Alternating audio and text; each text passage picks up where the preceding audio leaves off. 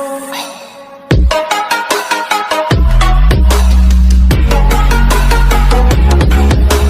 students, welcome back with my another video. My name is Amir and I'm from A1 Coaching. तो students, last video में हम लोगों ने monetization के बारे में पढ़ लिया था, उसके ऑब्जेक्टिव्स और इम्प्लीफिकेशन बचे थे, उसको आज हम लोग देख लेंगे और इस चैप्टर को आज ही यहीं पे कंप्लीट कर लेंगे। और इससे पहले वीडियो को स्टार्ट करें, मैं बोलना चाहूंगा कि जो लोग चैनल में पहली बार आए हो वो चैनल को सब्सक्राइब कर लें, उसके पास में बेल आइकन उसको भी दबा लें ताकि जितनी भी लेटेस्ट वीडियो है आपको टाइम टू टाइम मिल सके। और उसके अलावा डिस्क्रिप्शन में लिंक है, जो लोग पहली बार आए हैं और कॉमर्शियल स्टडीज आईसीएसई क्लास 10 की और इकोनॉमिक क्लास 10 की पढ़ना चाहते हैं तो लिंक डिस्क्रिप्शन में है। स्टार्टिंग से प्लेलिस्ट बनी हुई है, वो लोग स्टार्टिंग से जाके टर्म 2 का पूरा सिलेबस इस चैनल पर पढ़ सकते हैं। ओके बच्चों, तो चलिए देखते हैं और समझते हैं कि ऑब्जेक्टिव्स ऑफ डिमोनेटाइजेशन क्या होता है। ठीक है, तो लास्ट वीडियो में हमने देखा था डिमोनेटाइजेशन, और डिमोनेटाइजेशन का मतलब भी हमने समझ लिया था कि जब कभी किसी लीगल टेंडर मनी को कोई करेंसी नोट है जो कि उसको एक्सेप्ट मीडियम एक्सचेंज से हटा दिया जाता है, मतलब उसको वो मान्य नहीं होता, उससे कोई भी सामान हम ना परचेज कर सकते हैं ना ही पर कोई सर्विसेज को परचेज कर सकते हैं, मतलब as a legal tender money से उसको हटा दिया जाता है। ठीक है, मीडियम एक्सचेंज उसकी वैल्यू नहीं रहती है, किसी भी नोट की वैल्यू खत्म हो जाती है, उसको हम लोग क्या बोलते हैं, डीमोनेटाइजेशन बोलते हैं। यहां तक हम लोगों ने देख लिया था। अब उसके ऑब्जेक्टिव क्या होते हैं, ऐसा क्यों किया था, हमारे गवर्नमेंट ने नोटबंदी क्यों की थी, इसका क्या ऑब्जेक्टिव था, इसका क्या मकसद था, क्यों किया गया कि नोटबंदी की गई थी, उसके बारे में आज हम लोग देखेंगे। ठीक है, तो ऑब्जेक्टिव्स ऑफ डीमोनेटाइजेशन का मतलब होता है बच्चों, फर्स्ट ऑब्जेक्टिव था हमारा एलिमिनेशन ऑफ ब्लैक मनी। पहला मकसद क्या था, पहला एम क्या था, पहला ऑब्जेक्टिव क्या था, वो ये था कि एलिमिनेशन ऑफ ब्लैक मनी। तो ब्लैक मनी को एलिमिनेट करना। ब्लैक मनी समझते हो, काला धन, मतलब बहुत से लोग कुछ इलीगल काम करते हैं या फिर अपने टैक्स को बचाने के लिए, गवर्नमेंट को टैक्स ना देना पड़े तो कुछ जो अपनी सही इनकम नहीं दिखाते हैं और पैसे को क्या करते हैं, छुपा के रखते हैं। तो ऐसे लोगों के पास से उन पैसे को निकालने के लिए गवर्नमेंट ने क्या किया था, डिमोनेटाइजेशन किया था कि उनके पास 500 और 1000 के नोट जितने भी हैं वो क्या हो जाए, वो लाके बैंक में क्या कर दे, डिपॉजिट कर दे। तो जितने काले धन थे वो क्या हो जाए, जमा हो जाए, नहीं तो वो फिर क्या होगा, ऐसे भी उनके लिए क्या हो जाएगा, वेस्ट ऑफ मनी हो जाएगा। क्यों, क्योंकि वो नोट ही नहीं जब एक्सेप्ट होगा तो वो 500 और 1000 का नोट क्या करेंगे। आप खुद ही सोचो, अभी किसी के पास वो 500, 1000 और 1000 का नोट है तो क्या उसकी कोई वैल्यू है, नहीं है। तो ब्लैक मनी को एलिमिनेट करने के लिए, ब्लैक मनी को खत्म करने के लिए गवर्नमेंट ने डिमोनेटाइजेशन किया था। ठीक, दूसरा ऑब्जेक्टिव क्या था गवर्नमेंट का, टू कर्ब करप्शन। अब बहुत से स्मगलर वगैरह होते हैं, नाम सुना होगा ना। ठीक है, तो इस तरह का काम जो करते हैं, स्मगलर वगैरह होते हैं, ड्रग्स वगैरह की स्मगलिंग करते हैं, ठीक है, इलीगल काम करते हैं, तो वो लोग क्या करते हैं, बड़ी बड़ी जो नोट होती है ना, 500 की नोट, 1000 की नोट, ठीक है, उसी में ही पैसे को लेते हैं। ठीक है भाई, अब 10-10 की नोट तो कोई देगा नहीं कि 10-10 की नोट दिया और अटैची में भर के ले जा रहे, जेब में भर के ले जा रहे। तो 500 और 1000 की नोट में ही वो क्या करते थे, डीलिंग करते थे, और जितने भी नोट होते थे तो अटैची भरने में बड़ी आसानी होती थी, करोड़ करोड़ रुपए उसमें आ जाते थे। तो इसीलिए गवर्नमेंट ने क्या किया, 500 और 1000 के नोट को क्या किया, बंद किया, ताकि करप्शन क्या हो सके, कम हो सके। क्या हो सके, करप्शन क्या हो सके, कम हो सके। तो करप्शन को कम करने के लिए गवर्नमेंट ने क्या किया था, डिमोनेटाइजेशन किया था। ठीक है, ये इनके ऑब्जेक्टिव थे। थर्ड क्या है, to eliminate counterfeit currency. Counterfeit का मतलब क्या होता है, काउंटरफीट का मतलब होता है बच्चों नकली। क्या होता है, नकली। आपको याद होगा उस टाइम 500 के जो नोट थे, 1000 के नोट जो थे, बहुत नकली नोट भी बहुत से आ गए थे मार्केट में। हम लोग को यूं ऐसे करके उल्टा उल्टा पलट पलट के गांधी जी को देखना पड़ता था कि क्या नोट असली है कि नकली है। तो इस वजह से भी क्या किया गया था, गवर्नमेंट ने क्या किया कि इन नोटों को बंद किया ताकि नकली नोट ना होने पाए। लोग, इससे महंगाई बढ़ रही थी, नकली नोट ला रहे थे मार्केट में, पैसा बहुत ज्यादा फैलता चला जा रहा था। तो इन सब चीजों को कंट्रोल करने के लिए गवर्नमेंट ने क्या किया, ये डिसीजन लिया था डिमोनेटाइजेशन का। नेक्स्ट स्टेप क्या ऑब्जेक्टिव का, ठीक है, टू चेक टेरर फंडिंग। ठीक है, तो जो टेरर फंडिंग थी उसको क्या करना, खत्म करना। अब एलिमिनेट करना, मतलब जो टेरर होते हैं, टेरर समझते हो ना, आतंकवादी, वो क्या करते हैं, पैसा इकट्ठा कर रहे होते हैं। अब उनके पास कुछ नोट है, अगर आपने उसको वो नोट जो एक्सेप्ट ही नहीं होगा मार्केट में, अब उन्होंने फंडिंग कर रखी थी, पैसे को जमा कर रखा था, अब वो नोट उनको मालूम चले कि एक्सेप्टेबल ही नहीं है, वो हथियार वगैरह खरीद पाएंगे, नहीं कर पाएंगे, कोई भी इलीगल काम कर पाएंगे, नहीं कर पाएंगे। तो ये सब सारी चीजों को खत्म करने के लिए गवर्नमेंट ने क्या किया था, डीमोनेटाइजेशन किया था। आई थिंक यहां तक समझ में आ गया होगा, कोई डाउट रह गया हो तो पूछ लेना।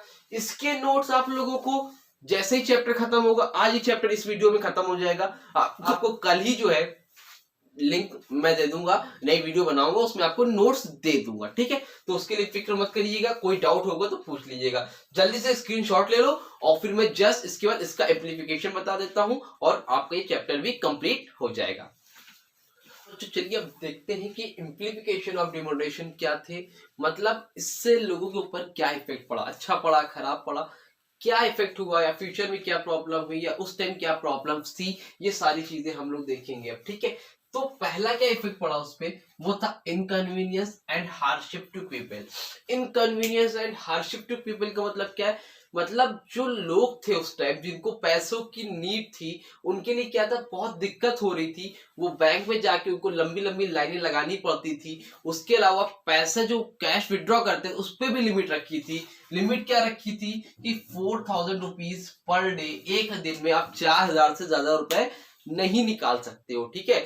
तो अब इसमें क्या हो रहा था, लोगों को एक तो लंबी लाइन लगानी पड़ती थी, उसके बाद पैसे भी नहीं निकालना नहीं था, और बहुत टाइम लग जाता था, ठीक है। जिनके पास बहुत से और से काम हुआ करते थे, वो और काम छोड़ के बैंक की लाइनों में लगा करते थे। तो लोगों के लिए क्या था, बहुत इनकन्वीनियंस था, और हार्डशिप टू पीपल, लोगों को बहुत मेहनत कर रही थी, बहुत दिक्कतें हो रही थी, ये सब सारी चीजें हो रही थी, किसकी वजह से, डिमोनेटाइजेशन की वजह से, ठीक। इसका दूसरा इफेक्ट क्या था, adverse effect on economic activities. इसका सीधा साधा इफेक्ट कहां पर पड़ा, हमारी इकोनॉमिक एक्टिविटीज पर। अब इकोनॉमिक एक्टिविटीज क्या होती है पता ही होगा, जहां पर सामान खरीदे या बेचे जाते हैं, मतलब जहां पर पैसों का लेन देन होता है, पैसों से रिलेटेड एक्टिविटी होती है, इसको हम लोग कॉमर्शियल एक्टिविटी भी बोलते हैं, सामान, ठीक है। तो ऐसी जगह पर क्या हुआ, इसका बहुत ही इफेक्ट पड़ा, मतलब क्योंकि हमारे देश में ऐसे बहुत से लोग हैं, जैसे लेबर हो गया, लेबर हो गए, ठीक है, जो डेली बेसिस पे काम करते, जितने भी वर्कर्स हो गए, तो वो डिपेंड किस पे रहते थे, कैश पे रहते थे। अब हुआ क्या कि मान लो नोटबंदी हो गई, सबको अपने पैसे कहां पे जमा करने पड़े, बैंक में जमा करने पड़े। कहां जमा करने पड़े, बैंक में जमा करने पड़े। अब इससे क्या हुआ सोचो, अब जो घर वगैरह बनवा रहे थे, जो फिर जो भी काम लगा रखे थे, उन्होंने क्या किया भाई, पैसा ही खत्म हो गया लोगों के पास, सब लोगों ने पैसा कहां जमा किया, बैंक में जमा किया। तो अब जो डेली बेसिस पे काम करते थे, उनको काम मिलना क्या हो गया, बंद हो गया, उनकी जॉब चली गई, वो जॉबलेस हो गए। इस तरह की बहुत सी दिक्कतें हुई, खाने पीने तक की दिक्कत हुई। अब उनके पास कैश नहीं, वो सामान कहां से खरीदेंगे, ठीक है भाई। 500 1000 का ही नोट होता है नॉर्मल लोगों के पास, उस टाइम तो 200 के भी नोट नहीं थे, 500 के नीचे का नोट कौन सा था, 100 का नोट था, इतना लोगों के पास था नहीं। तो इससे बहुत सी दिक्कतें हुई, लोग जॉबलेस हो गए, इस तरह की बहुत सी फाइनेंशियल प्रॉब्लम आ गई लोगों को। तो इसका इफेक्ट दूसरा ये था, ठीक है। तो एडवर्स इफेक्ट और इकोनॉमिक एक्टिविटीज, तो लोगों को सामान जो है कैश नहीं मिल पा रहा था, लोग जॉबलेस हो रहे थे, ठीक। थर्ड है डिफिकल्टी इन इम्प्लीफिकेशन। डिफिकल्टी इन इम्प्लीफिकेशन, इम्प्लीफिकेशन मतलब एक तरह से कह सकते हो आप कि जो डिफिकल्टी थी, एक वर्ड होता है, 1 मिनट में बताता हूं, एग्जीक्यूट, क्या, एग्जीक्यूशन, डिफिकल्टी इन एग्जीक्यूशन, ठीक है। तो आप एग्जीक्यूट को जो प्लान था उसको सही से एग्जीक्यूट नहीं कर पाए, ठीक है। इन्होंने क्या किया कि नोट तो 500 1000 के बंद करा दिए, और उसके बदले में जो नोट लेके आए वो कौन सी नोट थी, 2000 की। कितने की नोट थी, 2000 की नोट लेकर आए मार्केट में। अब ये बताओ 2000 की जब नोट आई, तो लोग 500 की नोट जमा कर रहे हैं, मार्केट में 500 की नोट है नहीं, 2000 का नोट लेके आए। अब वो जिसको पैसा मिल भी रहा था लंबी लंबी लाइन लगा के, तो उनको क्या करना पड़ा था, सामान खरीदे। तो कोई भी इसको एक लोगों के लिए बर्डन बन चुका था कि 100 रुपए का सामान खरीद रहे हैं, 2000 का नोट दे रहे हैं, अब 1900 कौन वापस करेगा 100 की नोट, समझ रहे हो। तो इससे क्या हुआ, प्रॉब्लम हुई, प्लान जो था सही से एग्जीक्यूट नहीं कर पाया था। तो ये भी इफेक्ट पड़ा, लोगों को बहुत सी परेशानियां देखनी पड़ी, ठीक। और इसका लास्ट इफेक्ट क्या है बच्चों, इम्पैक्ट ऑन जीडीपी। जीडीपी समझते हो, फुल फॉर्म उसका होता है ग्रॉस डोमेस्टिक प्रोडक्ट। ठीक है, तो हमारे देश की जीडीपी क्या हुई, वो भी बहुत क्या हुई, घट गई, कम हो गई। क्यों कम हो गई, उसका रीजन ये था बच्चों, एग्रीगेट डिमांड शॉक। ठीक है, मतलब 3 इफेक्ट पड़े। एग्रीगेट डिमांड शॉक मतलब लोगों की डिमांड आना बंद हो गई, लोगों ने गुड्स वगैरह खरीदना बंद कर दिया। ठीक है सर्विसेज लेने बंद कर दी। अब मान लो आपका 4,000 रुपए है, आप क्या करो, कपड़े वगैरह खरीदोगे, नहीं खरीदोगे। सारे के सारे बिजनेस क्या हो गए, ठप पड़ गए, सन्नाटे में मच गया, कोई था ही नहीं सामान खरीदने वाला, कोई डिमांड ही नहीं थी। लोग किसी तरह महीने का राशन खरीद के ला रहे थे। तो बहुत से जितने भी बिजनेस थे, सामान खरीदना, बिकना, डिमांड होना बंद हो गई। अच्छा, अब डिमांड बंद हो गई, लोगों के पास पैसा ही नहीं है, तो सप्लाई भी क्या हो जाएगी, सप्लाई भी क्या हो जाएगी, बंद हो जाएगी। तो सप्लाई भी क्या हो गई, खत्म। क्यों भाई, लोगों को पैसा ही नहीं, इकोनॉमिक एक्टिविटीज के लिए पैसा होना चाहिए। सप्लाई कहां से देंगे, जब डिमांड ही नहीं कर रहे तो लोग सप्लाई कहां से देंगे, सप्लाई देने के लिए भी तो पैसे होने चाहिए ना, तो पैसे ही नहीं थे। लास्ट क्या है, अनसर्टेनिटी शॉक। शॉक लिख दिया, सॉरी मैंने, शॉक होगा, अनसर्टेनिटी शॉक, अचानक से शॉक मिला। तो जो बड़े बड़े इन्वेस्टर थे, बड़े बड़े फर्म थे, बिजनेसमैन थे, पैसा लगाते थे, उन्होंने भी अपने पैसे को रोक लिया और इन्वेस्ट नहीं किया। क्यों, पैसा कहीं क्यों नहीं लगा, क्योंकि उनको पता था इस टाइम पैसा लगाने का कोई मतलब नहीं है, कहीं से लोग ना कुछ खरीद पाएंगे ना बेचेंगे। ठीक है, तो इस वजह से लास्ट क्या था, अनसर्टेनिटी शॉक। तो किसी ने पैसा भी बिजनेस में आगे नहीं लगाया। तो ये सब रीजन थे जिसकी वजह से हमारी जीडीपी भी क्या हो गई, डाउन पड़ गई थी, इसका जीडीपी पर सीधा साधा असर पड़ा था। तो ये सब इफेक्ट थे हमारे इम्प्लीकेशन ऑफ डीमोनेटाइजेशन के। ठीक है, तो आई थिंक उम्मीद समझ में आ गया होगा।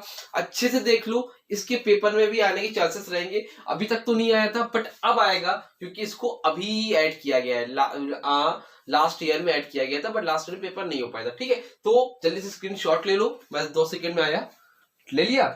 ठीक है, तो आई थिंक यहाँ से समझ में आया होगा। कोई डाउट रह गया होगा तो कमेंट सेक्शन में या इंस्टाग्राम में मुझसे कांटेक्ट करके पूछ लेना। और इसी के साथ आपको ये टॉपिक और ये चैप्टर दोनों कंप्लीट हुआ। अब नेक्स्ट वीडियो में हम लोग देखेंगे पब्लिक फाइनेंस क्या होता है, उसमें बात करेंगे। ठीक है, और किसी को कोई डाउट रह गया हो या फिर कोई टॉपिक रह गया होगा तो कमेंट सेक्शन में कमेंट करना, मैं उसको पढ़ा दूंगा। ठीक है, तो मिलते हैं अपनी नेक्स्ट वीडियो में, तब तक के लिए बच्चों थैंक यू सो मच।